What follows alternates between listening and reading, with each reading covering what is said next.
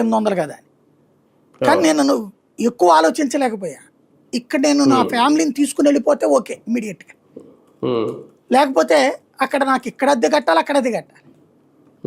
తీరా చూస్తే నాకు ఆ డబ్బులు చేతిలో మిగిలే కాదు, నానా తిప్పలు పడ్డాని. అప్పుడు ఇంకా వేరే ఏదైనా పని దొరికితే బాగుండరా బాబు అనుకునేవాడిని. వేరే పనులు ఏం దొరకలేదు నాకు. కాబట్టి ఇక్కడ అలాగా కొత్తగా వెళ్ళినప్పుడు లోన్లీగా ఫీల్ అవుతాం. ఆ లోన్లీగా ఫీల్ అయినప్పుడు ఎవడో మనకి సహకరించడం బిగించేశాడు అనుకోండి, వాడు అసాంఘిక శక్తి అయితే ఎట్ట తెలుసుద్ది? ఇప్పుడు బంగ్లాదేశ్ నుంచి వచ్చినోడికి ఇక్కడ చట్టం ఏంటో తెలియదు. మనోళ్ళు అమెరికాలో ఎందుకు కేసులు ఫేస్ చేస్తున్నారు, అరబ్ దేశాలు ఎందుకు కేసులు ఫేస్ చేస్తున్నారు? ఇక్కడ మనం ఆ ఎయిర్పోర్ట్లో చెక్ ఇన్ అయిపోయాక లోపలికి వెళ్తున్నప్పుడు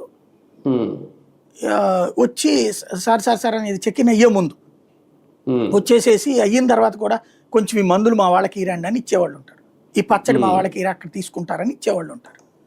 అది తీసుకుని అక్కడికి వెళ్తే అది ఏ మొత్తం మందు అవుతుంది, అక్కడ నిషేధం, జైలు పాలైన వాళ్ళు బోల్డ్ అంతమంది మనవాళ్ళు. అక్కడ చట్టం ఏంటో మనకి తెలియదు కదా.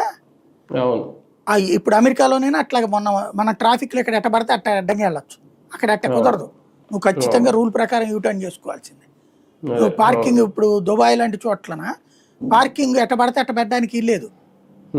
ఖచ్చితంగా అక్కడ పార్కింగ్ లో ఉన్న వెహికల్ గ్యాప్ ఉంటేనే నువ్వు పెట్టాలి.